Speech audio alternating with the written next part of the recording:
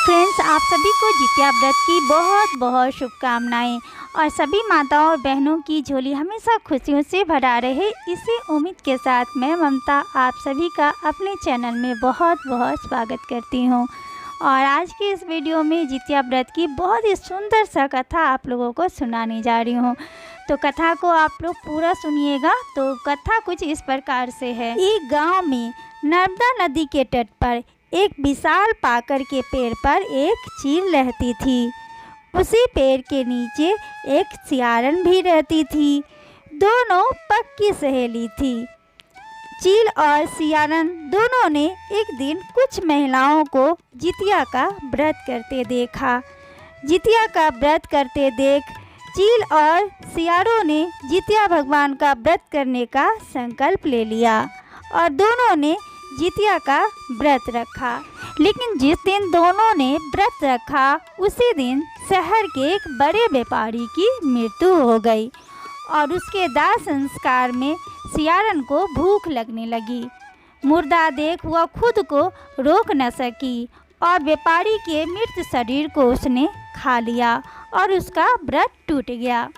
पर चील ने संयम रखा और अगले दिन नियम और श्रद्धा से उसने पूजा किया और अपने व्रत का पारण किया और निष्ठापूर्वक अपने व्रत का संपन्न किया। अब समय के साथ दोनों की मृत्यु हो गई और अगले जन्म दोनों सहेलियों ने ब्राह्मण परिवार में पुत्रियों के रूप में जन्म ले लिया। उसके पिता का नाम भास्कर था। चील बड़ी बहन बनी और सियारन छोटी बहन के रूप में जन्मी। चील का नाम शीलावती रखा गया। शीलावती का शादी बुधसेन से हुई, जबकि सियारन का नाम कपूरावती रखा गया और उसकी शादी उस नगर के राजा मलायकेतु से हुई। अब कपूरावती कंचनवटी की रानी बन गई। कुछ समय बाद भगवान जितवाहन की आशीर्वाद से शीलवती के 7 बेटे हुए, पर कपूरावती के बच्चे जन्म लेते और मर जाते। कुछ समय बाद शीलवती के 7 पुत्र बड़े हो गए और सभी राजा के दरबार में काम करने लगे। पर कपूरावती के बच्चे जीवित न होने के कारण वो निसंतान थी। अब जब भी वो शीलवती के पुत्रों को देखती उसे ईर्ष्या होती। ईर्ष्या की भावना में आकर उसने एक दिन राजा से कहा कि हे राजा, आप शीलवती के 7 पुत्रों को सर कटवा दे। राजा अपने पत्नी के मोह में आकर शीलवती के 7 पुत्रों के सर काट दिए और 7 नए बर्तन मंगवाकर उसमें सर रखकर लाल कपड़े से ढककर शीलवती के घर भिजवा दिए। यह देख भगवान जितवाहन ने मिट्टी से 7 भाइयों के सर बनाए और सभी के सर उसके धड़ से जोड़कर उस पे अमृत छिड़क दिए। सभी भाइयों में जान आ गई। सभी भाई जिंदा होकर अपने घर लौट आए और जो सर कटे रानी ने भेजे थे वो सभी फल बन गए। और इधर कपूरावती व्याकुल हो रही थी कि अभी तक हमारी बहन शीलवती के यहाँ से कोई सूचना क्यों नहीं आई। जब काफ़ी समय बीत गई, कोई सूचना नहीं मिली, तो कपूरावती स्वयं बड़ी बहन शीलवती के घर पहुँच गई और वहाँ जाकर उसने 7 भाइयों को जीवित देखकर दंग रह गई और वो मूर्छित होकर गिर गई। जब उसे कुछ देर बाद होश आया तो बहन को सारी बात बताई और बहन से पूछा कि मैंने तो तेरे सभी बेटों के सर कटवा दिए थे, फिर तेरे सभी बेटे जीवित कैसे हो गए।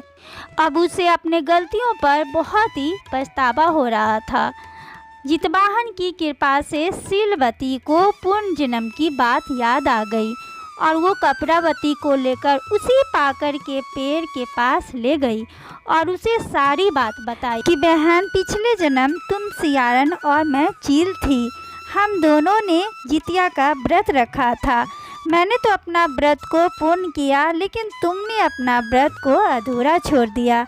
इसी कारण तुम्हारे पुत्र हुए पर जीवित नहीं बचे। इसीलिए अब जब भी जितिया का व्रत आए तुम इस व्रत को रखना और निष्ठापूर्वक इस व्रत को संपन्न करना। कुछ ही महीनों के बाद जितिया का व्रत आया और कपरावती ने इस व्रत को बहुत ही प्रेम पूर्वक निष्ठा से इस व्रत को संपन्न किया और अगले साल ही कपरावती के यहाँ एक सुंदर सा बालक का जन्म हुआ और कपरावती हर साल अपने बालक की लंबी उम्र के लिए जितिया का व्रत रखने लगी और खुशी पूर्वक उसका समय बीतने लगा। तो फ्रेंड्स, जितिया का व्रत बहुत ही नियम से और श्रद्धा पूर्वक रखी जाती है। जितिया का व्रत करने से हमारे पुत्र की उम्र लंबी होती है और जिनके यहाँ संतान नहीं है वो संतान प्राप्ति के लिए भी इस व्रत को रखते हैं। और ये जितिया व्रत की बहुत ही पुरानी कथा है जो कि हम लोग अपनी नानी दादी से सुनते आ रहे हैं और ये कथा आप लोग के यहाँ भी सुनी जाती है कि नहीं, तो आप लोग ये कमेंट में हमें बताइएगा। और जितिया व्रत की एक बार फिर से आप सभी को बहुत सारी शुभकामनाएं और आपके बच्चे की उम्र लंबी हो, उनकी भविष्य उज्जवल हो, यही कामना करते हुए हम आप सभी से विदा लेते हैं। और आप सभी लोग इस तरह की तीज त्यौहार की वीडियो देखने के लिए आप मेरे चैनल को अगर अभी तक सब्सक्राइब नहीं किए हैं तो सब्सक्राइब कर ले। जो लोग पहले से सब्सक्राइब कर लिए हैं वो वीडियो को लाइक करें और इसी तरह के हम तीज त्यौहार की वीडियो लाते रहेंगे। वीडियो देखने के लिए और अपना समय देने के लिए आप सभी को दिल से धन्यवाद।